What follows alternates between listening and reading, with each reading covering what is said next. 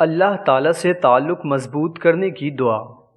حضرت ابو ہریرہ رضی اللہ عنہ سے روایت ہے کہ رسول اللہ صلی اللہ علیہ وسلم اپنے صحابہ کو سکھاتے کہ جب تم میں سے کوئی صبح کرے تو یوں کہے: اللہم بک اصبحنا وبک امسینا وبک نحیا وبک نموت وإلیک المصیر۔ اور جب شام کرے تو یوں کہے: اللہم بک امسینا وبک اصبحنا وبک نحیا وبک نموت وإلیک النشور۔